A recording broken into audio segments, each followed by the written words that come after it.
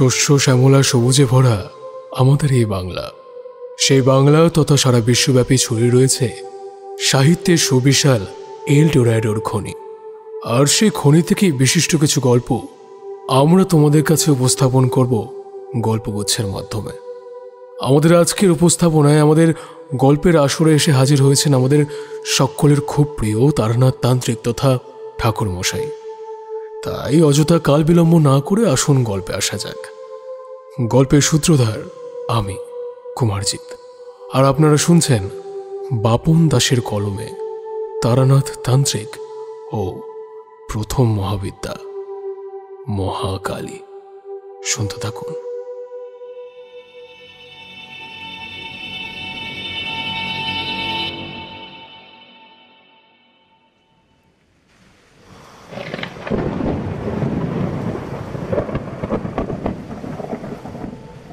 ছোট থেকেই বৃষ্টি আমার বড্ড প্রিয়।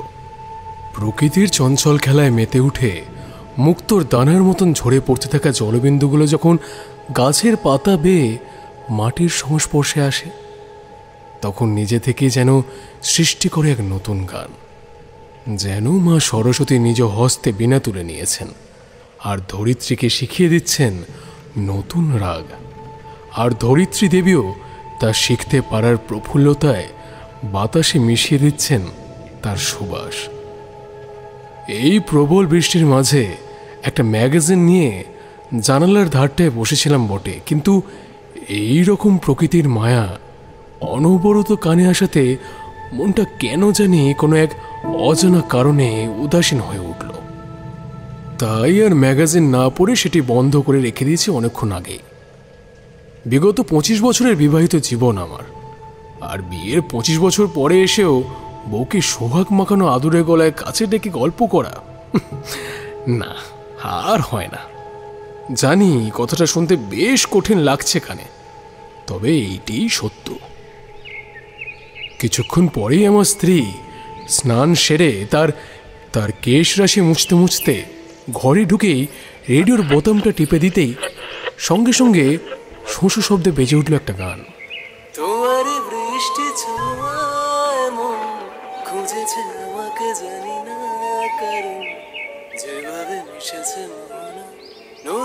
মনটা আবারও নতুন করে গিয়ে আরো গেঁথে বসলো জানালার বাইরে পড়তে থাকা বৃষ্টির মধ্যে।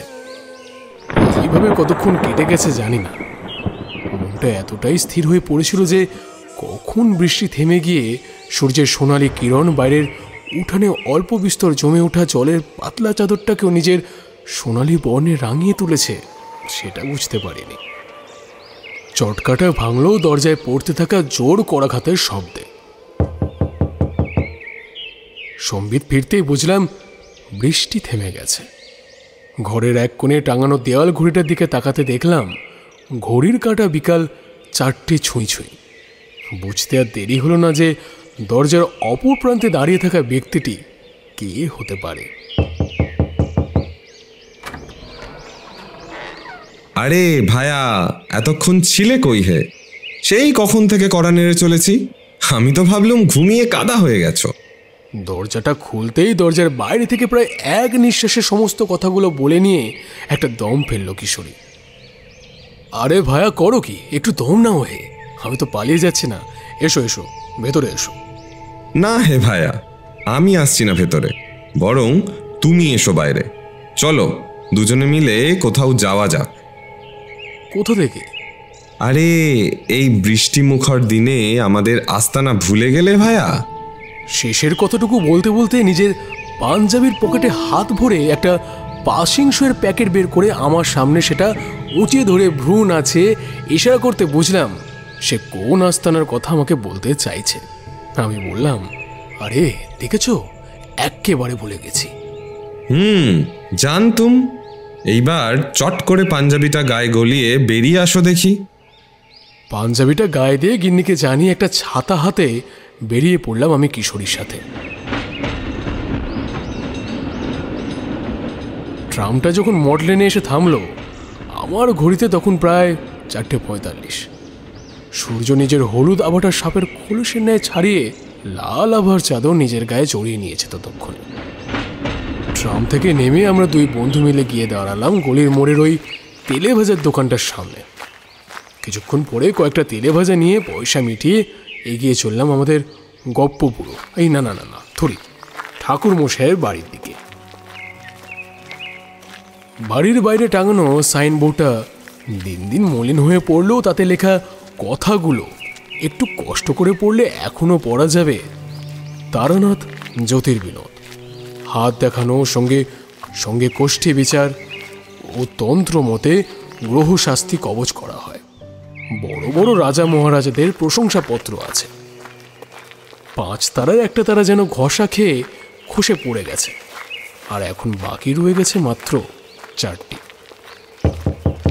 দরজায় কড়া নাড়তেই একটু পরে দরজা খুলে দিল চারি দরজা খুলে দিতেই কিশোরী একগাল হেসে তেলে ভাজার ঠোঙাটা চারির হাতে ধরিয়ে দিয়ে বলল, কেমন আছিস চারিমা? ভালো আছি কাকাবাবু, আপনারা কেমন আছেন? আমরাও বেশ আছি। তা ঠাকুরমশাই ভিতরেই আছেন? হ্যাঁ কাকাবাবু, বাবা ভিতরেই আছেন পূজার ঘরে। আপনারা আসুন না, ভিতরে বসুন, আমি ডেকে দিচ্ছি বাবাকে। চারি আমাদের বসতে বলে চলে গেল ভিতরের ঘরে। আমরাও ঘরে ঢুকে বসলাম ঘরের এক কোণে রাখা তক্তপোষের ওপরে।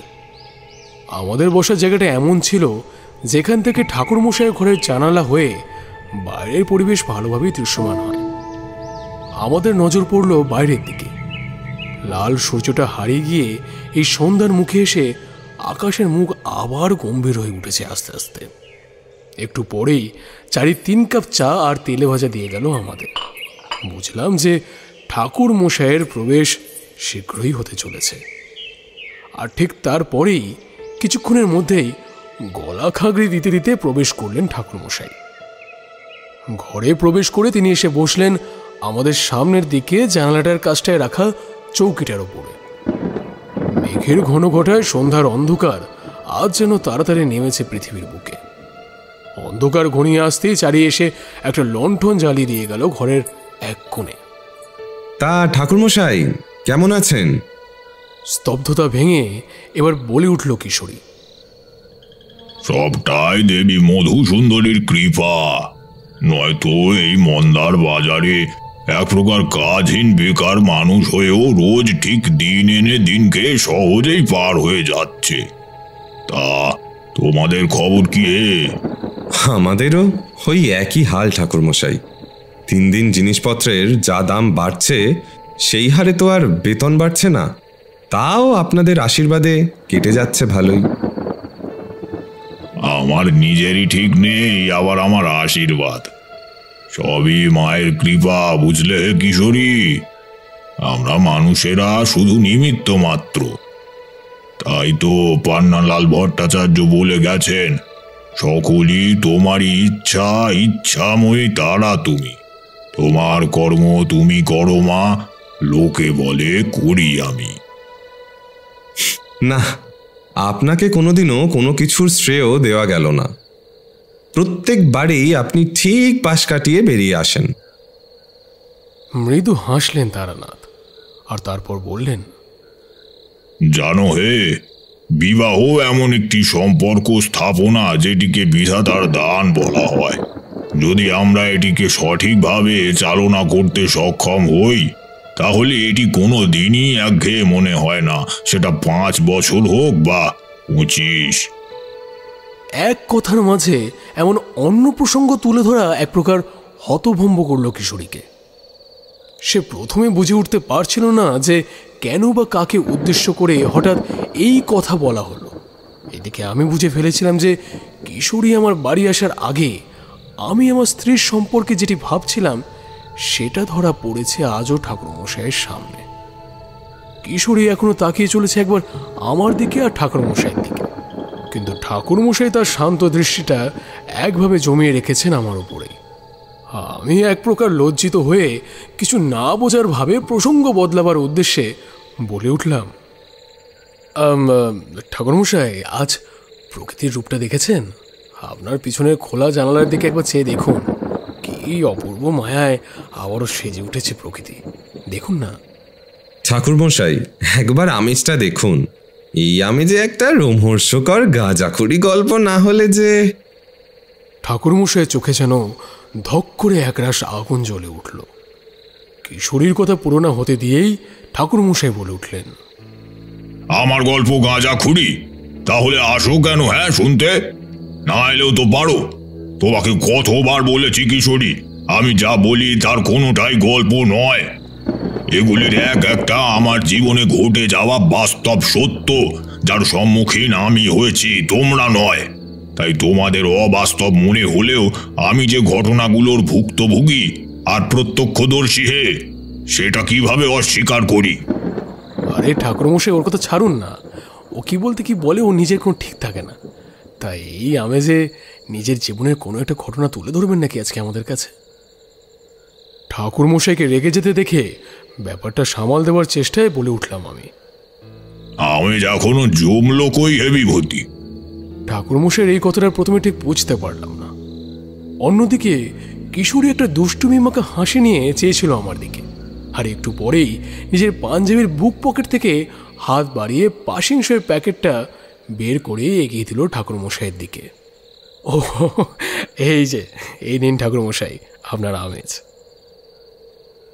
ঠাকুরমশাই বেশ খোশ মেজাজে হাত বাড়িয়ে সেটি গ্রহণ করে তার থেকে একটা সিগারেট বের করে ঠোঁটের মাঝে রাখলেন আলগাভাবে, আর তারপরে ফস শব্দে একটা দেশলাইয়ের কাঠি জ্বালিয়ে নিয়ে অগ্নি সংযোগ করলেন। তাতে মাথাটা সামনের দিকে হালকা ঝুঁকিয়ে এনে তাতে আগুন স্পর্শের সাথে সাথেই বাইরে গুরুম গুরুম শব্দে বিদ্যুৎ চমকে উঠল, যার প্রখর আলোর ঝেড়ে ঘরের মধ্যে অবস্থিত প্রত্যেকটি জিনিস যেন এক মুহূর্তের জন্য উজ্জ্বলভাবে দৃশ্যমান হয়ে উঠল। তার সাথে দৃশ্যমান হয়ে উঠল ঠাকুরমশাইয়ের ডান দিকে চুন সুরকি খসে পড়া কঙ্কালসার দেওয়ালের সাথে টাঙানো মা কালীর ছবিটি। আর ওই আলোর ছটা ঠাকুরমশাইয়ের পেছন থেকে তার সাদা হয়ে পড়া চুলগুলো রূপালি রঙে রাঙিয়ে দিয়ে তাকে এক দেবীর রূপে ঢেলে দিয়ে গেল এক লহমায়। লাল শিখায় রেঙে যাওয়া সিগারেটে একটা তৃপ্তির টান দিয়ে নাক মুখ থেকে এক রাশ ধোঁয়া বের করতে করতে বলতে শুরু করলেন তারানাথ, আমার বারবার বাড়ি ছেড়ে পালিয়ে যাওয়ার ঘটনা আর নতুন রইল না বাড়ি বা গ্রামের কারোর কাছে। তো সেবার বরাকরের তীর থেকে আমার বাড়ি ফিরে আসার পরই আমার বাবা মশাই ঠিক করলেন আমার বিয়ে দেবেন। তাতে করে যদি আমি সংসারে আবদ্ধ হই সেই ভেবে বাবার ওপরে কথা বলার সাহস আমার কোনো কালেও হয়ে ওঠেনি। তাই আমি মাকে দিয়ে জানিয়েছিলাম যে এই বিবাহে আমার ইচ্ছা নেই। মা আমাকে এসে জানালেন, তোমার বাবা যা স্থির করেছেন তাতেই তিনি অবিচল থাকবেন, কাজেই ওনাকে আর কিছু বলেই কোনো লাভ হবে না। উনি বলেছেন কাল তোমায় নিয়ে মেয়ে দেখতে যাবেন, মেয়ে দেখে একেবারে পাকা কথা দিয়ে তারপর বাড়ি ফিরবেন। তাই তুমি যাতে সময় মতো প্রস্তুত থাকো। মা তো কথাটা জানিয়ে চলে গেলেন। আমি পড়লুম বিপদে, কারণ সেই সময় আমার বিয়ে করার ইচ্ছা কোনোভাবেই ছিল না। আর যেখানে আমি মধুসুন্দরী দেবীর মতো নারীর সাক্ষাৎ পেয়েছি, সেইখানে এই জগতের সেরা রমণীয় তুচ্ছ হয়ে পড়ে। একবার ভাবলাম গিয়ে সেখানে এমন কোনো উপদ্রব করব যাতে করে তারা নিজেরাই বারণ করে দেয়। আবার তারপরেই ভাবনা এলো যে বাবার অসম্মান হবে তাতে করে, আর আমি নিজের সুবিধার্থে স্বেচ্ছায় এই কাজ করতে পারবো না। কাজেই অনেক ভেবে সিদ্ধান্ত নিলাম যে আমাকে যা করতে হবে আজ রাতেই। তাই আর দেরি না করে আমি আমার ঘরের কোণে রাখা শাবল তুলে নিয়ে মাটির দেওয়াল সন্তর্পণে কেটে মনে মনে মা বাবার কাছে ক্ষমা চেয়ে আমার পুটুলি হাতে বেরিয়ে পড়লাম বাড়ির থেকে সন্ধ্যার অন্ধকারে। গ্রামের লোকমুখে শুনেছি যে আমাদের গ্রাম হয়ে পূবের দিকে মাইল 1-1.5 হাঁটলে পড়বে কিশোরগঞ্জ, যেখানের জমিদার দীন দয়াল চাটুর্যে যাত্রীদের জন্য অতিথিশালা করে রেখেছে। ঠিক করলাম রাতটা সেখানেই কাটাবো। আমি কিশোরগঞ্জে যখন পৌঁছেছি তখন অন্ধকার আরো গভীর হয়ে এসেছে। চারিদিকে ঝিঝি পোকার অনবরত ডাক অনায়াসে ভঙ্গ করে ফেলেছে রাতের স্তব্ধতা। জমিদার বাড়ির মোটা মোটা স্তম্ভের সাথে লাগোয়া ছোট ছোট লণ্ঠনগুলো জমিদার বাড়িটিকে এমনভাবে আলোকিত করে রেখেছে যেন নতুন বধূকে সাজানো হয়েছে সোনার নানা অলংকারে। লাল রঙের জমিদার বাড়ি, তার চারিদিক ঝিকমিক করছে আলোর ছটায়, যা দেখলে অনায়াসে জমিদার বাড়ির প্রতিপত্তির অনুমান করা যায় সহজে। কাছে যেতে বুঝলাম রাত নামতে জমিদার বাড়ির বাইরের দিকের সমস্ত চাকর বাকর যে যার বাড়ি ফিরে গেছে। সামনে লম্বা দেউড়ির খোলা দরজা থেকে দেখা যাচ্ছে সামনে রাখা লণ্ঠনের আলোয় খাতাপত্রে মুখ ডুবিয়ে কাছারিখানায় বসে আছেন একজন বছর 60-এর ব্যক্তি, যার গায়ে পেস্তা রঙের পাঞ্জাবি আর মাথায় লাল পাগড়ি। অনুমান করলাম সম্ভবত ইনি নায়েব মশাই। সামনের দিকে এগিয়ে গিয়ে দাঁড়ালাম দরজার কাছটায়। আমি সেখানে দাঁড়াতেই খাদার মাঝ থেকে মুখ তুলে দরজার দিকে তাকিয়ে নায়েব মশাই বললেন, কে এত রাতে? কি চাই? আগে আমি তারানাথ চক্রবর্তী। ভবঘুরে বলতে পারেন। শুনেছি আপনাদের জমিদার বাড়ি থেকে যাত্রীদের জন্য অতিথিশালার ব্যবস্থা করা হয়েছে, তাই আজকের রাতটা কাটানোর জন্য আপনাদের দ্বারস্থ হয়েছি। বলছি, একটু আশ্রয় মিলবে? বিলক্ষণ মিলবে, কেন মিলবে না? অতিথিশালায় একটা ঘর দিয়ে দিচ্ছি আর একটা সিদে দিয়ে দিচ্ছি। ওতে চাল, ডাল, আলু আর ঘি থাকবে। রান্নার ব্যবস্থা ওখানেই পেয়ে যাবেন। একটা তেল ভরা লণ্ঠনও দিয়ে দিচ্ছি। আশা করি রাতে আপনার কোনো রকম অসুবিধা হবে না। এই হরি! ভিতর থেকে জবাব এলো হরির। যে আগে কথা। জবাবে কিছুক্ষণ পরেই একজন বছর 60 কি 70-এর বৃদ্ধ, মাথায় টাক, গায়ে সাদা ফতুয়া আর পরনে ধুতি, কাঁধে একটা গামছা করে হাজির হলো কাছারি ঘরে। নায়েব মশাই তাকে দেখে বললেন, ইনি তারানাথ চক্রবর্তী, ব্রাহ্মণ সন্তান। এনাকে অতিথিশালায় নিয়ে যা আর একটা সিদে আর তেল ভরা একটা লণ্ঠন দিয়ে দে। রান্নার জায়গাটা দেখিয়ে দিবি আর শোয়ার জায়গাটা পরিষ্কার করে দিস, কেমন? যে আগে কথা। নায়েবের কথায় সম্মতি জানিয়ে আমার দিকে ঘুরে তিনি বললেন, আপনি তাহলে আসুন আমার সঙ্গে। আমি আপনাকে অতিথিশালায় আপনার ঘর দেখিয়ে আপনাকে শীতে আর লণ্ঠন এনে দিচ্ছি। আমাকে কথাটা বলে উনি এগিয়ে চললেন লণ্ঠন হাতে অতিথিশালার দিকে, আর আমি চলতে থাকলাম ওনার পিছন পিছন। কিছুক্ষণের ব্যবধানেই আমরা এসে পড়লাম অতিথিশালায়। ভিতর পানে এসে আমাকে আমার ঘর দেখিয়ে তিনি লণ্ঠনটা রেখে অন্ধকারে বেরিয়ে হারিয়ে গেলেন কোথায়, আর ফিরলেন একটা সিঁড়ে আর অন্য একটা লণ্ঠন হাতে। ফিরে এসে আমাকে সিঁড়ে দিয়ে আমার শোয়ার জায়গা পরিষ্কার করতে করতে বললেন, তা বাবু, কত দূর থেকে আইছেন? বাড়ি কোনে আপনার? আমি আসছি তা প্রায় মাইল 1.5 দূর থেকে। ভবঘুরের স্বভাব, শুনেছিলাম আপনাদের জমিদার বাড়িতে অতিথিশালার ব্যবস্থা আছে, তাই আজ রাতটা কাটানোর জন্য এখানে আসা। বেশ বেশ বাবু, যদি কিছু মনে না করেন একটা কথা জিজ্ঞেস করতে পারি? আরে বলো না, কি কথা, নির্দ্বিধায় বলতে পারো। আগে বলছি যে মানে আপনি কি সন্ন্যাসী? কি করে বুঝলে? আমার পরিধান যে রক্তাম্বর নয়। আগে বুঝতে পারি, চুলগুলো যে এমনি এমনি হারায়নি। তা বেশ, আমি সম্পূর্ণ সাধু বা সন্ন্যাসী নই। আসলে পথে ঘাটে ঘুরে বেড়াই আর সাধু সন্ন্যাসী পেলে তার সঙ্গ ধরে ফেলি। এই করেই আমার যৎসামান্য তন্ত্র শিক্ষা হয়েছে। আচ্ছা, তা বাবু, এই আপনার বিছানা রইল, বারান্দার ওই কোণে জ্বালানির কাঠ রয়েছে, আপনার যতটা দরকার নিয়ে নেবেন। আমি তাইলে আসি। আমাকে কথাগুলো বলে নিয়ে তিনি বেরিয়ে গেলেন আগের লণ্ঠন হাতে করে। আমি যথা সময়ে নিজের রান্না সেরে খেয়ে সব ধুয়ে রেখে ঘুমিয়ে পড়লাম। ভোরে ঘুম ভাঙল পাখি আর মোরগের আওয়াজে। প্রাতঃকর্ম সেরে স্নান করে ধ্যানে বসেছি। একটু পরেই হরি এসে চিঁড়ে কলা দই দিয়ে গেল আর বলল, বাবু, আপনার আমিষ চলে তো? হ্যাঁ, তা চলে বই কি, আমি তো আর বৈষ্ণবপন্থী নই হে। তবে কেন? আসলে দুপুরের রান্নার জন্য কর্তামশাই জিজ্ঞেস করতে বলছিলেন। কাল হঠাৎ করে তেমন কোনো আয়োজন করতে পারা যায়নি, আর তাই আর কি। আরে সেসব কিছু করতে হবে না, আমি এই সকালেই রওনা দেব, কাজেই এত ব্যস্ত হয়ে লাভ নেই। আগে তা বললে কেমনে হয়? কর্তামশাই যে কয়েছেন আপনারে এখন যেতে না দিতি, আর কয়েছেন যে আপনাদের সাথে করে জমিদার বাড়ি নিয়ে যেতি।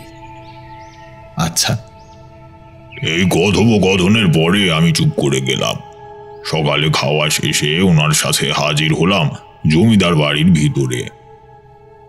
সে কি এলাহি ব্যাপার! জমিদার বাড়ি নয়, যেন কোনো রাজপ্রাসাদ। মেঝেতে মোজাইক করা শ্বেত পাথর বেছানো, যার উপরে করা আছে সুন্দর সুন্দর সব কারুকার্য। সাদা রং করা দেওয়ালের গায়ে ঝুলছে পূর্বপুরুষদের ছবি, যা আঁকানো হয়েছে কোনো অতি উচ্চমানের চিত্রকারকে দিয়ে। দেওয়ালে ঝুলন্ত সমস্ত আঁকাগুলো দেখলে একটা সহজেই ঠাহর করা সম্ভব যে এনাদের জমিদারি বেশ পুরনো আমলে। সিলিংয়ের সাথে লাগানো মোটা মোটা শাল কাঠের বাতানগুলো রং করা হয়েছে সবুজ রঙে, যেগুলির খোপে খোপে বাসা বেঁধেছে পায়রারা, যাদের অনর্গল ঘর ঘর শব্দে ভরে আছে সমস্ত জমিদার বাড়ি। জমিদার বাড়ির গিন্নি ঝিয়েরা মিলে একে একে লেগে আছে নিজেদের কাজে। আমি এই সমস্ত দেখছি এক মনে। এমন সময় ঘণ্টা আর একটা ভারী গলার মিশ্রিত শব্দের মন্ত্রোচ্চারণ আমার ধ্যান আকর্ষণ করলো নিজের প্রতি। ओम कृष्णोदरी महाचंडी मुक्त के सिंह बल प्रिय कुलाचार प्रसन्नाश्चे नमस्ते शंकर प्रिय गौरदंस्ते कोटरक्षी कीटी शब्द प्रसादिनी गौर घोर स्फास्परेस्ते नमस्ते चित्तवासिनी वंदक पुष्प संकाशे त्रिपुरे भयनाशिनी भगवदय समतपन्ने नमस्ते बरबंदिनी जय देवी जगद्धात्री त्रिपुराद्रे त्रिदेवते। ব্যক্তিটির আওয়াজ ভারী হওয়া সত্ত্বেও তার মন্ত্রোচ্চারণ এতটাই মধুর ছিল যে তার কণ্ঠ থেকে বেরিয়ে আসা এক একটি কম্পমান শব্দ আমার হৃদয়ের এক অজানা খুশির ঢেউ খেলিয়ে গেল। আমার সমস্ত শরীরে রোম রোম শিহরিত হয়ে উঠল। এক মহা উল্লাসে চোখে জল এসে আনন্দের তুঙ্গে উঠে আমার চোখ বুজে গেল অনায়াসে। সেই মুহূর্তে তার মন্ত্রোচ্চারণ শুনে জমিদার বাড়ির সকলে স্থির হয়ে পড়েছিল। থেমে গেছিল পায়রাদের ঘর ঘর শব্দ, আর সমস্ত জমিদার বাড়ি ভরে উঠেছিল মন্ত্রোচ্চারণ আর ঘণ্টার কলরবে। কিছুক্ষণ পরে মন্ত্র আর ঘণ্টার শব্দ থেমে তার বদলে শঙ্খের লম্বা লম্বা ধ্বনি প্রতিফলিত হতে শুরু করলো, যা জানান দিল পুজো শেষ হবার আর ফিরিয়ে আনলো আমাদের সকলের মন নিজের স্থানে, যা এতক্ষণ ধরে মায়ের মায়ায় হারিয়ে গেছিল এক অজানা প্রান্তরে।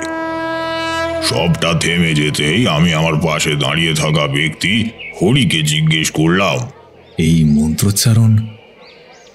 এইটি আমাদের জমিদার বাবুর আওয়াজ। রোজ সকালে তিনি স্নান সেরে আগে মায়ের পুজো করেন, তারপর বাকি অন্য কাজ। আগে অবশ্যই এক তান্ত্রিক ছিলেন যিনি রোজ সকালে মায়ের পুজো করতেন। তবে আমার প্রশ্ন বুঝে সেটি শেষ হবার আগেই কথাগুলো বলে বসলো হরি। তবে সে অনেক কাহিনী। আপনি আসেন আমার সাথে, আসেন আসেন, আপনি আসেন, বাবুর কাছে নিয়ে যাই আপনারে। কিছুক্ষণ পরে আমরা দুজন মিলে পৌঁছালাম জমিদার বাড়ির ভিতরের দিকে। ভিতরের দালানে বসে আছেন এক বয়স 53 কি 54 ব্যক্তি, যার মাথায় আধ কাঁচা আধ পাকা ছোট ছোট কোঁচকানো চুল, চোখে সোনার চশমা, গায়ে ঘৃত বর্ণের কড়াই করা পাঞ্জাবি, গৌর বর্ণ মুখে লালিমা সুস্পষ্ট, গায়ে আভিজাত্যের ছাপ স্পষ্ট, গলায় সোনার চেন, ডান হাতের 5 আঙুলের মধ্যে 4টেতে নানা রত্নের বানানো আংটি, পরনে সাদা ধুতি আর পায়ে নাগরাই জুতো। এই বয়সে এসেও তার সোজাভাবে বসে থাকা আর মোটা পাকানো গোঁফ আর তার প্রশস্ত বুক জানান দিচ্ছে যে তার শরীরে অসীম শক্তি আর তার যৌবনকালের সাহসিকতার যেটি তিনি এখনো বজায় রাখতে সম্পূর্ণ সক্ষম।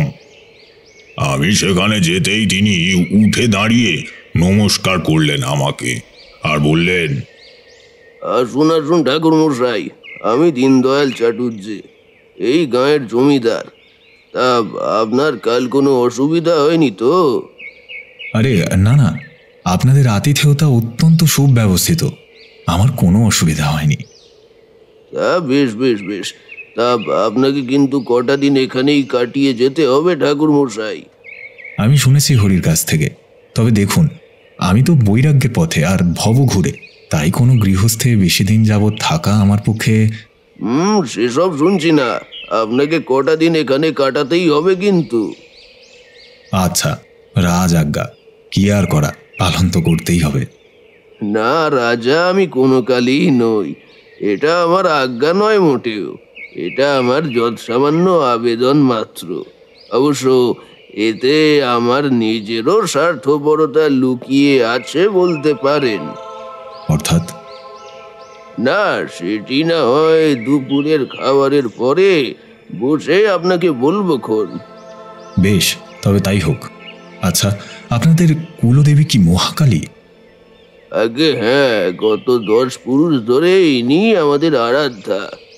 ও আচ্ছা, যদি আপনার আপত্তি না থাকে আমি কি একবার দেখতে পারি মাকে? ছি ছি, এ কি কথা বলছেন ঠাকুর মশাই? সারা জগৎ সংসারের মানুষেরা মায়ের সন্তান, আর তার সাথে দেখা করতে চাইলে আমি আপত্তি করব, সে দুঃসাহস আমার যে নেই। আপনি আসুন, আমি নিজে আপনাকে নিয়ে যাই। হরি, তুই যা, রান্নার জোগাড় করতে বল। হরিকে কথাটা বলে আমাকে সাথে করে নিয়ে চললেন তিনি মন্দিরের দিকে। কিছুটা হাঁটার পর আমরা উপস্থিত হলাম সেখানে। জমিদার বাড়ির পিছনের দিকের দিঘির পাড়ে সাদা রঙের একটা মন্দির, যেটির চূড়া লাল রঙে রাঙানো। মন্দিরের গায়ে খোদাই করা নানান রকমের কারুকার্য আর দেব দেবীর মূর্তি, যেগুলির এক একটি দেবদেবী এক একটা চেনা অচেনা কাহিনী বর্ণনা করে চলেছে। মন্দিরের বাইরে টাঙানো কাঁসার ঘণ্টা 2-3 বার বাজিয়ে জমিদার মশাই আলতো হাতে কাঠের দরজার কপাট খুলে দিতেই ধুনোর ধোঁয়া বেরিয়ে এলো এক রাশ গর্ভগৃহের বাইরে। আর তারপরেই দর্শন পেলাম মায়ের অপরূপ রূপের। পদ্মাসনে বিরাজিত মায়ের মৃন্ময় রূপ, যা দেখে মনে হয় যে এটা মাটির হতেই পারে না। বড় বড় 2 চোখ আর মায়ের কপালে 3য় নয়নে সুশোভিত ছিল একটা নীলমণি। আহ, কি অপরূপ সেই রূপ! মায়ের করাল রূপের ব্যাখ্যা অনেক আছে, কিন্তু এটা ছিল যেন ঠিক বিপরীত। মায়ের পরনে ছিল লাল পেরে সাদা শাড়ি, যেটির আঁচল ঘুরিয়ে রাখা হয়েছিল মায়ের মাথার উপরে, ঠিক যেমন কোনো নববধূ আঁচল মাথায় দিয়ে থাকে। মায়ের সমগ্র শরীরে ছিল নানা অলংকারের আচ্ছাদন, কোমরে ছিল কোমর বিছে। মায়ের চুল বিস্তৃত ছিল তার কোমর ছাড়িয়ে তার হাঁটু পর্যন্ত। মায়ের এক হাতে খড়গ, অপর হাতে একটা ছিন্ন মস্তক, অন্য হাতে চাঁদমালা আর এক হাতে ভর মুদ্রা। সামনে জ্বলতে থাকা পঞ্চপ্রদীপের আলো উজ্জ্বল করে তুলেছে মায়ের সম্পূর্ণ মুখ। তবে মায়ের সেই সৌম্য রূপের মাঝেই যেন লুকিয়েছিল তার উগ্রতা। জানি না কিসের বা কার জন্য মা নিজের এই উগ্রতা ধারণ করেছেন। জানি না জমিদার মশাই বা তার বাড়ির অন্যান্যরা সেটা দেখতে পাচ্ছে কিনা আদতেও। মায়ের ঠিক পেছনের দেওয়াল কেটে জালি মতো নকশা কাটা হয়েছিল, যেটির সাহায্যে মন্দিরের গর্ভগৃহে খুব সহজেই দিঘির পাড় বেয়ে ঠান্ডা বাতাস প্রবেশ করত। এইখান থেকে মন্দিরে ঢুকতে থাকা মৃদু মন্দ বাতাস মায়ের চুলে আলতো দোল খাইয়ে চলে যাচ্ছে আমাদের ছুঁয়ে অনবরত। আচ্ছা, এইভাবে যে কোনো অজানা অচেনা একজনকে বাড়িতে কয়েকদিনের জন্য রেখে নেওয়া, মানে না, আমরা জানি আপনি মানুষটা কারো ক্ষতি করেন না কখনো, কিন্তু ওনাদের কাছে তো আপনি নতুন ছিলেন, কাজেই এক রাতের সামান্য পরিচয় তারানাথের গল্পের মাঝেই নিজের স্বভাবসিদ্ধভাবে মুড়ি আর তেলে ভাজা চিবোতে চিবোতে প্রশ্নটা করে বসল কিশোরী। ভাবলাম দিল, যা হয়ে গেল, সমস্তটা একেবারে মাটি করে ফেলল কিশোরী। এবার নিশ্চয়ই ঠাকুরমশাই চটে যাবেন আর হয়ে যাবে সেখানে গল্পের দফারফা। কিন্তু না, হলো ঠিক তার উল্টো। তারানাথ ঠোঁটের কোণে এক চিলতে হাসির রেখা টেনে বললেন, সেই সময় কারোর মনে এত ঘোর প্যাঁচ ছিল না হে কিশোরী। সেই সময়ের লোকেরা ছিল অত্যন্ত উদার প্রকৃতির। আজ অতিথি নারায়ণ যে কথাটা কেবলমাত্র কথা হয়ে রয়ে গেছে, সেই সময় সেটা লোকেরা মনে প্রাণে মেনে চলত। আর সে অতিথি যদি কোনো সাধু বা সন্ন্যাসী হতো তাহলে তো কথাটা আমাদের বলে নিজের হাতে ধরে থাকা সিগারেটের শেষের অংশটুকু এতক্ষণ পরে নারকেলের মালায় গুঁজে নিয়ে পাসিং শোয়ের প্যাকেট থেকে আরও একটি সিগারেট বের করে তাতে আগুন জ্বালানো নামারও। বৃষ্টি এতক্ষণে ধরে এসেছে, কেবল মাঝে মাঝে বিদ্যুতের চমকানি, অনবরত ঝিঁঝি পোকার আওয়াজ আর ব্যাঙের টরো টরোর শব্দ শোনা যাচ্ছে। এর মাঝে চারি আবারও 3 কাপ চা দিয়ে গেল। তারানাথ আমাদের দুজনকে চা দিয়ে নিজের চাটা চারিকে ফিরিয়ে দিলেন। চারি ফিরে যেতেই তারানাথ সিগারেটে আবারও লম্বা একটা টান দিয়ে বলা শুরু করলেন, মাকে প্রণাম করে আমরা বেরিয়ে এলাম মন্দিরের বাইরে। কিছুক্ষণ মন্দির প্রাঙ্গণে কাটিয়ে ফিরে এলাম আবার অন্দরমহলের দিকে। দুপুরে খাওয়ার সময় সে কি এলাহি আয়োজন ছিল, কি বলি তোমাদের। বাঁশকাঠি চালের ভাত, মাছের মাথা দিয়ে সোনা মুগের ডাল, ইলিশ ভাপা, কচি পাঠার ঝোল, পোনা মাছের কালিয়া, শুক্তো, মোচার ঘন্ট, নানা প্রকারের মিষ্টি দই, আরো না জানি কি কি ছিল। মধ্যাহ্ন ভোজন বেশ ভালোই হলো। দুপুরের খাওয়া সেরে আমি আর জমিদার মশাই গিয়ে বসলাম মন্দিরের চাতালে। সত্যি আমি ওই জমিদারের মতো অমায়িক মানুষ দুটো দেখিনি আর। অত ধন সম্পদের অধিকারী হয়েও তার এই অহংকারহীন ব্যবহার আমাকে মুগ্ধ করেছিল তার প্রতি। আচ্ছা জমিদার মশাই, জমিদার বাড়ি থেকে মন্দির যথেষ্ট দূরে, তাহলে সকালে আপনি যখন পূজা করছিলেন তখন আপনার মন্ত্রোচ্চারণ জমিদার বাড়ির ভিতরে শোনা যাচ্ছিল কিভাবে? এটার উত্তর আমিও জানি না। কিভাবে এতটা দূরত্বের পরেও স্পষ্টভাবে শোনা যায়, এটা আমি ছোট থেকেই দেখে আসছি। আর ঠিক এই কারণেই আমাদের জমিদার বাড়ির এই মন্দির বিখ্যাত।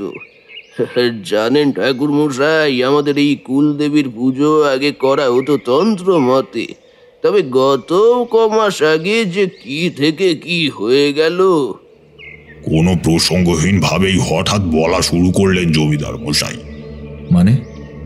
জিজ্ঞেস করলাম আমি। আরে আজ থেকে প্রায় 7 মাস আগে আমাদের বাড়ির কাজে লাগে 1 বছর 12 মেয়ে দুলারি। মেয়েটির যেমন নাম তেমনই তার রূপ। দেখে মনে হয় যেন স্বয়ং মা দুর্গা বাল্যরূপে এসেছেন। যেমন তার গায়ের রং, তেমন তার চোখের সৌন্দর্য আর উজ্জ্বলতা। আমরা সকলে ওকে নিজের মেয়ের চোখেই দেখতাম। যেহেতু ছোট ছিল, তাই তাকে বড় কোনো কাজে না লাগিয়ে ঠিক করলাম মন্দিরের দেখাশোনার ভার দেবার। মানে ওই ফুল তোলা, মন্দির পরিষ্কার রাখা, এই সমস্ত কাজের দায়িত্বই তাকে দেব। করলামও তাই। আমাদের মন্দিরের পুজো তখন করতেন এক পুরোহিত, কিন্তু তিনি পুরোহিত হলেও তার তন্ত্রবিদ্যায় ছিল অপার দক্ষতা। মায়ের কৃপায় এমন কোনো বাধা ছিল না যেটা উনি কাটিয়ে দেননি। কিন্তু দুলারি আসার মাস চারেক পরেই এমন এক ঘটনা ঘটে যেটার আশা বা কল্পনা কোনোদিন আমরা কেউ করিনি। হঠাৎ একদিন খবর পাই যে মন্দিরে মায়ের বরাভয় মুদ্রার হাত ভেঙে পড়ে গেছে কোনো অজানা কারণ বশত। পুরোহিতের কথায় ভাঙা প্রতিমা বিসর্জন দিয়ে নতুন করে প্রতিমা স্থাপিত করা হয়। আর আর তার কিছুদিন পর থেকেই হঠাৎ করে কেন জানি একটা বদল দুলারির মধ্যে দেখা যেতে লাগলো। প্রাণবন্ত মেয়েটি, যার মুখে সর্বদা হাসি লেগে থাকতো, সে কেন জানি চুপচাপ হতে থাকলো। আর তারপরেই আস্তে আস্তে দুলারির শরীরের অবনতি দেখা দিল। মেয়েটা শয্যাশায়ী হয়ে পড়ে। ওকে সুস্থ করার জন্য আমি কতই না ডাক্তার বুদ্ধি আনালাম সারা গ্রাম থেকে, তবে কিছুতেই কিছু লাভ দিল না। আমাদের শেষ ভরসা হয়ে পড়লেন আমাদের মন্দিরের পুরোহিত মশাই। তার কাছে দুলারিকে নিয়ে যাওয়ার কথা উঠতে সে কেন জানি মানা করতে লাগলো প্রথমে। হয়তো সে সমস্ত আশা বিসর্জন দিয়েছিল, কিন্তু আমার উপরে কথা বলে আমাকে অসম্মান জানাতে পারলো না। কাজেই তাকে আমরা নিয়ে এলাম মন্দিরের পুরোহিতের কাছে। পুরোহিত তাকে দেখে বললেন, বান মারা হয়েছে দুলারিকে। কিন্তু কিন্তু কে আর কেন সে জানা কঠিন, তবে মারা হয়েছে এটা জানি। তবে কি কিছু করে এই বান মারার প্রতিক্রিয়া শেষ করা যাবে না? না, দেখুন জমিদার বাবু, এই বান মারা হচ্ছে এমন এক মারণ ক্রিয়া যেটা যে বান মেরেছে সে না তুলে নিলে কেউ কিছু করতে পারবে না। কাজেই এটা আমারও হাতের বাইরে। জানেন ঠাকুর মশাই, দেখতে দেখতে ফুলের মতো প্রাণবন্ত মেয়েটি যেন ক্রমশ মৃত্যুর কোলে ঢলে পড়ল। যেদিন দুলারি মারা গেল সেই দিনটা ছিল অমাবস্যা। দুলারির মৃত্যুর ঠিক 1 মাস, হ্যাঁ 1 মাস পরেই আশ্চর্য আর রহস্যজনকভাবে মারা গেলেন আমাদের মন্দিরের পুরোহিত। যে রাতে তিনি মারা গেলেন সে রাতও ছিল অমাবস্যার। সকালে আমি প্রথমে যাই মন্দিরে। সেখানে আমি দেখি তার মুন্ডহীন দেহটা, যেটির গলায় ছিল পায়ের চাপ পড়ে যাওয়ার নীল দাগ, যেন কেউ প্রবল আক্রোশে তার গলায় পা রেখে তার মুন্ডুটার ছিঁড়ে ফেলেছে ধর থেকে এক টানে। আর সেই পদচাপ এতটাই প্রবল ছিল যে পুরোহিতের অর্ধেক শরীর মন্দিরে বাঁধানো প্রাঙ্গণ ভেঙে ঢুকে গেছিল মাটির ভেতরে। সমস্ত মন্দির প্রাঙ্গণ ভিজে আছে রক্তাক্ত হয়ে, কিন্তু তার মুন্ডটা কোথাও খুঁজে পাওয়া যায়নি। সেই থেকে মন্দিরের নিত্য আরাধনার দায়িত্ব নিয়েছিলাম আমি। মনের অতল কোণে কোথাও একটা ভয় আপনা থেকেই স্নান করে নিল।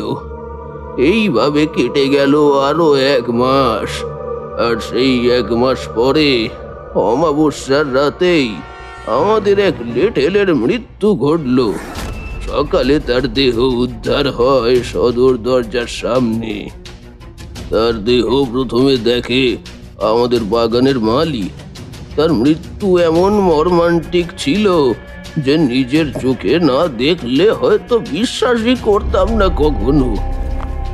আমি যখন কলরবে বাইরে বেরিয়ে যাই, দেখি সদর দরজার সম্মুখে পড়ে আছে একটি চর্মহীন নগ্ন দেহ, যেটির শরীরের কোনোখানে চামড়ার লেশ মাত্র নেই। তার শরীরের চামড়া কেউ যেন সমস্ত শক্তি দিয়ে টেনে খুলে ফেলেছে, যেমন কোনো জবাই করা পশুর চামড়া টেনে নেওয়া হয় ঠিক সেইভাবে। চোখের কোটরে চোখ দুটো পলকহীন হয়ে তাকিয়ে আছে যেন আমাদেরই দিকে। তার পেট কেউ চিরে ফেলেছে কোনো ধারালো কিছুর আঘাতে। যার ফলে তার নাড়ি বেরিয়ে মাটিতে লুটিয়ে পড়েছে সহসা। ওফ, কি ভয়ানক সে দৃশ্য! আমি কি বলবো আপনাকে ঠাকুর মশাই। পরপর 2 মাসে 2টো মর্মান্তিক মৃত্যুর পর সমগ্র গ্রাম ভীত সন্ত্রস্ত হয়ে পড়েছে ঠাকুর মশাই। এই 3য় মাস চলছে, আর কাল অমাবস্যা। জানি না কি হতে চলেছে এবার। সবাই ভাবছে অমাবস্যাতে দুলারির মৃত্যু হওয়ার কারণে সে প্রেত রূপে উপদ্রব করছে, কিন্তু ঠাকুরমশাই, আপনি যে মধুসুন্দরী দেবীর থেকে বর পেয়েছিলেন যে কোথাও কোনো খারাপ অশুভ শক্তি থাকলে আপনি আগেই তার আভাস পাবেন, তবে কি আপনি এইখানে সেটা বুঝতে পারেননি? ঠাকুরমশাইয়ের কথার মাঝে আবার ফোড়ন কেটে বসল কিশোরী। এবার খানিকটা কঠিন স্বরে ঠাকুরমশাই বললেন, তোমার বাবু, এটা একটা বড্ড বাজে স্বভাব। কখনো পুরো ঘটনা না জেনে তাতে মন্তব্য করতে শুরু করে দাও। আহ ঠাকুরমশাই, ওর কথা ছাড়ুন না, আপনি আগে বলুন। ও তো এমনই, জানেনই তো। হ্যাঁ, তা আমি যা বলছিলাম। কথাটি বলে সিগারেটে শেষ টান দিয়ে সেটা আবারও নারকেলের মালায় গুঁজে বলতে শুরু করলেন তারানাথ। তা কি করে সম্ভব? আপনার কথা মতো মন্দিরের পুরোহিত এক প্রকার তান্ত্রিক ছিলেন, তাহলে নিশ্চয়ই তিনি তার গাত্রবন্ধন রাখতেন। যদি এটা প্রেতের কাজ হতো তাহলে পুরোহিতকে মারা না, মিলছে না। জমিদারের কথার পরিবর্তে বলে বসলাম আমি। সেটাই আমিও ভাবছি ঠাকুর মশাই। জানি না কার দৃষ্টি পড়েছে আমাদের গ্রামে। আমি আপনাকে বললাম না, আমার স্বার্থ আছে। আমার এই একটাই স্বার্থ ঠাকুর মশাই, আপনি পারলে আমাদের গ্রামকে বাঁচান। সব কিছুর ওপর ভরসা ছেড়ে বসে আছি। আলিমা আর এখন আপনি। কাল রাতে হরির মুখে শুনলাম আপনি তন্ত্রবিদ্যা চর্চা করেন, তাই মন বলল একবার শেষ চেষ্টা করে আপনাকে দিয়ে দেখি কোনো লাভ হয় কি না। জানি না আগামী কাল রাতে কার জন্য শেষ রাত হতে চলেছে। দয়া করে আপনি কিছু করুন ঠাকুর মশাই, আমি আপনার উপকার সারা জীবন মনে রাখবো। আমি কথা কি করে দিই বলুন জমিদার মশাই, তবে আমি আশ্বাস দিচ্ছি আমি চেষ্টা করব। বাকি মা তো আছেন, তিনি যা করেন সঠিক করেন, আর ভুলকে বেশি দিন যে প্রশ্রয় দেন না। তার উপরে বিশ্বাস করেই তো এতটা কাল কাটিয়ে দিলাম ঠাকুর মশাই, কিন্তু কেন যে এটা হচ্ছে সেটাই যে বুঝে উঠতে পারছি না। কে করছে এই নির্মম হত্যা, আর কেনই বা করছে?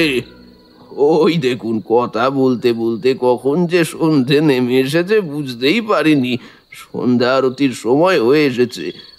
চলুন যাওয়া যাক, আমি কাপড় পাল্টে আসি। যদি কিছু মনে না করেন, আজ সন্ধ্যা আরতিটা কি আমি করতে পারি? আরে অবশ্যই, কেন না। কথোপকথন শেষ করে আমরা আবার এসে পড়লাম অন্দরমহলে। কাপড় পাল্টে শুদ্ধ বস্ত্রে উপস্থিত হলাম মন্দিরে। এই বেলা লোকের জমজমাটি হয়েছে ভালোই। আমি শুরু করলাম মায়ের আরতি। সম্পূর্ণ মন্দির প্রাঙ্গণ ভরে গেল মন্ত্রোচ্চারণ, ঘণ্টা, কাঁসার আর বাকিদের মা মা কলরবে। মায়ের রূপের ছটা ঠিকরে পড়তে লেগেছে সমগ্র জনমানবের মাঝে। আরতি শেষে যে যে প্রসাদ নিয়ে নিজ নিজ স্থানে ফিরে গেলেন। জমিদার মশাই আমাকে যেতে বলাতে আমি আর একটু সময় মন্দিরে কাটাবো বলে জানালাম। কাজেই তিনিও আর কিছু না বলে রওনা হলেন অন্দরপানে। দিঘির পার বেয়ে শীতল বাতাস এসে সমগ্র চিত্ত শান্ত করে দিয়ে যাচ্ছে। মন্দিরের ভিতর থেকে বয়ে আসছে ধুনোর মৃদু গন্ধ। আমি কোনো ভাবনায় ডুবে গেছিলাম। সেখানে কতক্ষণ বসেছিলাম জানি না। সম্বিত ফিরে এলো খিলখিলে একটা হাসির শব্দে। পাশ ফিরতেই দেখলাম 1 বছর 7-8 বাচ্চা মেয়ে এসে বসেছে আমার পাশে আমার অজান্তেই। তার গায়ের রং শ্যামবর্ণ হলেও মন্দিরের আলোয় তাকে অপরূপা মনে হচ্ছে। বড় বড় চক্ষু বিশিষ্ট তার মুখমণ্ডল, তার মাথায় কোঁকড়ানো ঝাঁকড়া চুলের রাশি যা নেমে এসে ছড়িয়ে পড়েছে তার বসার স্থানে। কপালে লাল সিঁদুরের টিপ আর পরনে লাল পেরে সাদা শাড়ি, আর হাতে সদ্য তুলে আনা একটা রক্ত জবা। তার দিকে একগাল হাসি নিয়ে আমি তাকে জিজ্ঞেস করলাম, কে তুমি মা? কোথায় থাকো আর এই সময় এখানেই বা কি করছো? আমার নাম তো কৌমারী গো, আমি এখানেই থাকি যে। তুমি এখানে বসে কি ভাবছিলে গো? আমি যে কিছু ভাবছিলাম তা তুমি জানলে কিভাবে? আমি যে সব জানি গো, ও তুমি বুঝবে না। আচ্ছা, তা তুমি যে এই সময় বাইরে আছো, তোমার মা বাবা খুঁজবে না? না তো, তবে জানো তুমি যেটা ভাবছো সেটা করতে পারবে না গো, তাই পেছনে সরে এসো। চেষ্টা করার কথা দিয়েছো ঠিক, কিন্তু লাভ পাবে না। মানে? ও সময় তোমাকে ঠিক বুঝিয়ে দেবে। কথাটা বলেই বাচ্চা মেয়েটি নেমে অন্ধকারে কোথায় যেন পালিয়ে গেল, খিলখিলিয়ে হাসতে হাসতে। পড়ে রইল শুধু তার হাতের জবা ফুলটি। আমি ঘটনার আকস্মিকতায় সবটা ঠিক বুঝতে পারলাম না, কাজেই ফুলটি তুলে মায়ের পায়ে রেখে রওনা হলাম জমিদার বাড়ির দিকে। রাতে ঠিক করলাম মধুসুন্দরী দেবীর ধ্যানে বসবো, তাই রাতের খাবারে ঠিক করলাম আমিষ খাবো না। হরিকে আমার জন্য দুধ খই দিতে বলে এসে পড়লাম অতিথিশালায়। যথার সময়ে সে এসে আমার খাবার দিয়ে গেল।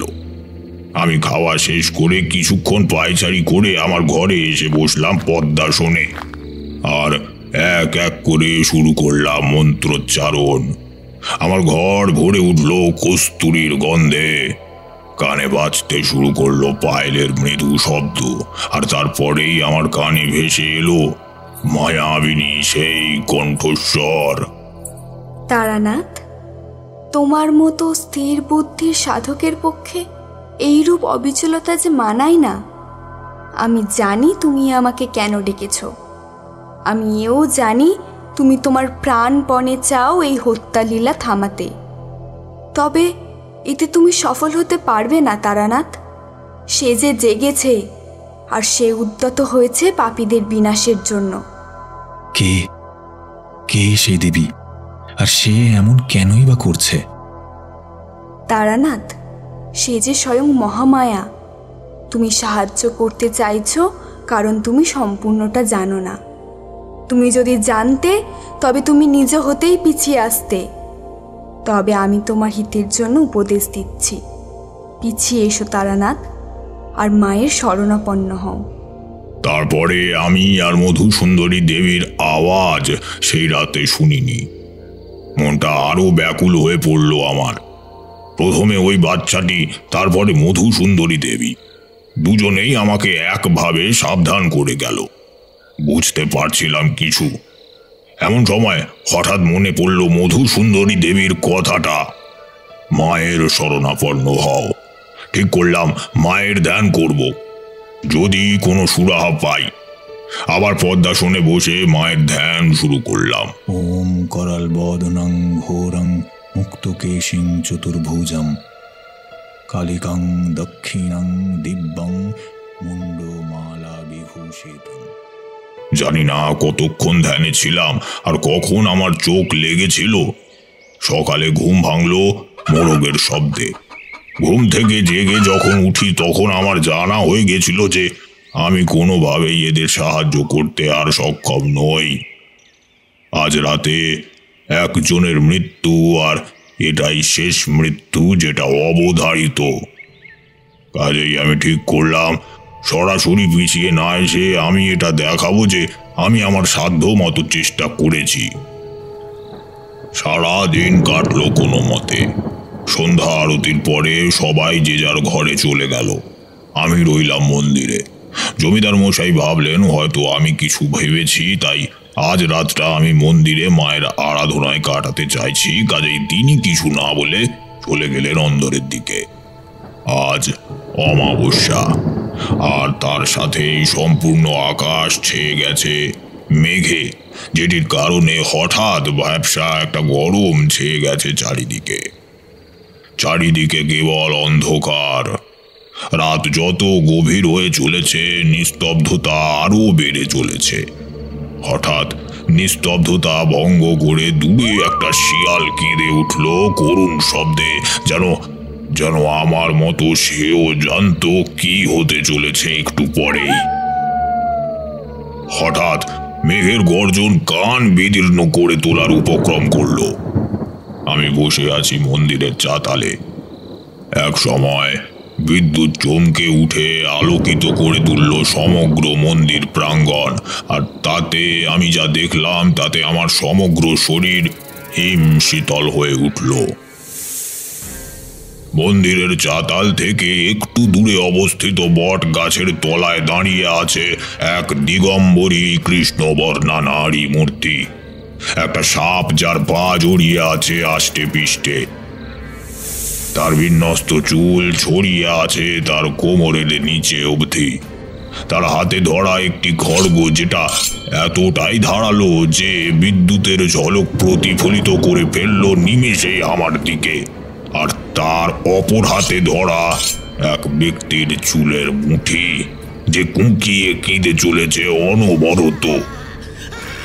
আবারও একবার বিদ্যুৎ চমকে উঠল, আর এইবার সেই নারী মূর্তি এগিয়ে এসেছে মন্দির প্রাঙ্গণের মাঝ বরাবর, আর তার হাতে ধরে থাকা ব্যক্তিটির মুখ এবার আরো স্পষ্ট হলো আমার কাছে। নায়েব মশাই! অস্ফুটে বেরিয়ে এলো আমার মুখ থেকে। সহসা সেই নারী মূর্তি নিজের হাতে ধরা খড়গ তুলে এক আঘাতে নায়েব মশাইয়ের হাত তার শরীর থেকে আলাদা করে দিল, আর নায়েব মশাই ফেটে পড়লেন আর্তনাদে। সাথে সাথেই আর একটা কোপ গিয়ে বসলো তার পা লক্ষ্য করে, যা তার পা আলাদা করে দিল তার শরীর থেকে। আর তার ঠিক পরেই সেই নারী মূর্তি তার চুল টেনে ধরে তার মাথা তার ধর থেকে আলাদা করে ফেললো এক কোপেই। ঘন ঘন বিদ্যুৎ গর্জনের মাঝে সম্পূর্ণ ঘটনাটা প্রত্যক্ষ দেখলাম আমি। আমার মুখ থেকে এতক্ষণে সহসা অনবরত খালি বেরিয়ে চলেছে মায়ের বন্দনা। হাতের খড়গ নামিয়ে মাটিতে ঠেকালো সে, আর সাথে সাথেই একটা রক্তের ধারা খড়গ বেয়ে নেমে ছড়িয়ে গেল মাটিতে। আর তারপরে আমার সম্মুখে এগিয়ে এসে সেই নারী মূর্তি হারিয়ে গেল মায়ের মৃন্ময় মূর্তির মাঝে।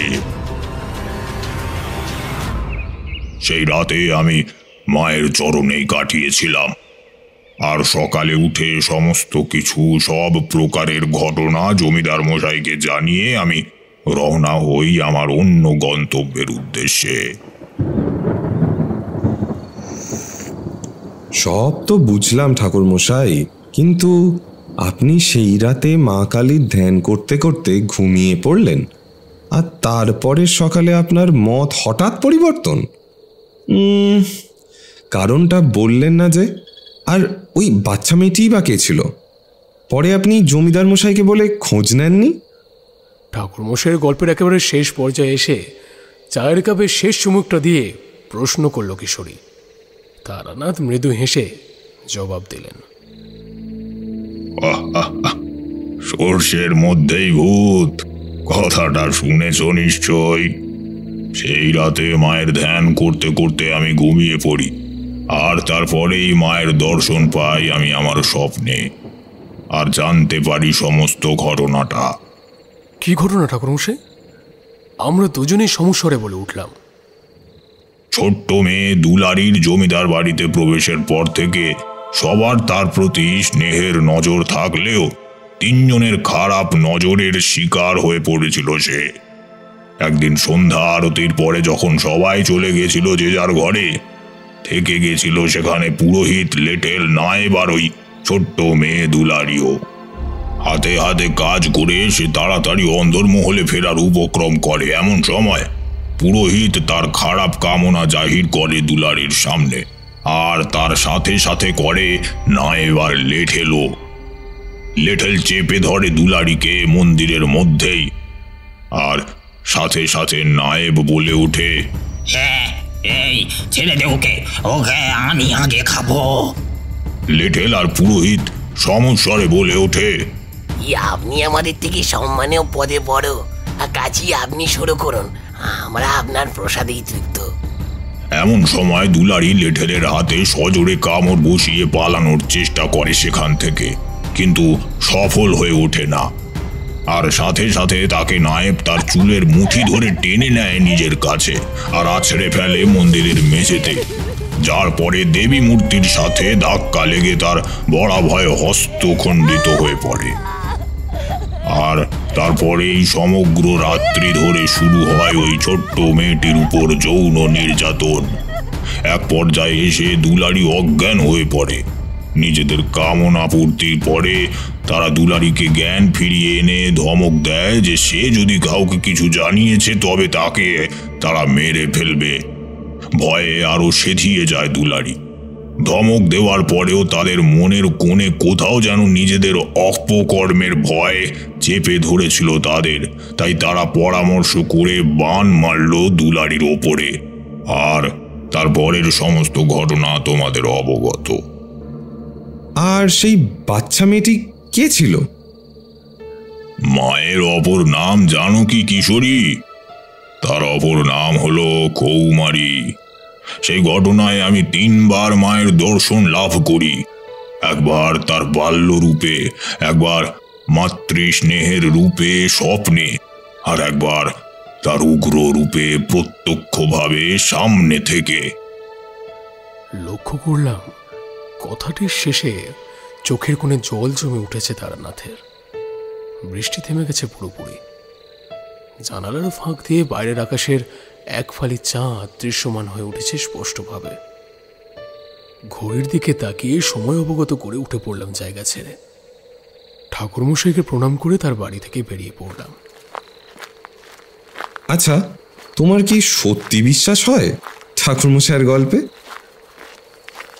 সে বিশ্বাস হোক বা না হোক, ছুটির দিনগুলো যে আমাদের ভালোভাবে কাটে সেটা তো আমি জানি। এবার চলো দেখি, আমার সাথে একবার চলো তো। একটা শাড়ি কিনতে যাবো গিন্নির জন্য।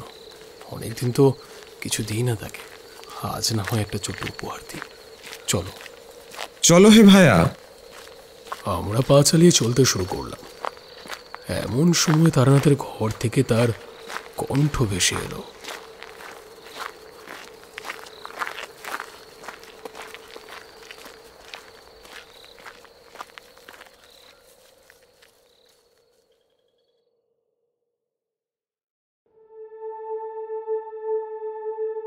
শুনছিলেন বাপন দাসের কলমে তারানাথতান্ত্রিক ও প্রথম মহাবিদ্যা মহাকালী।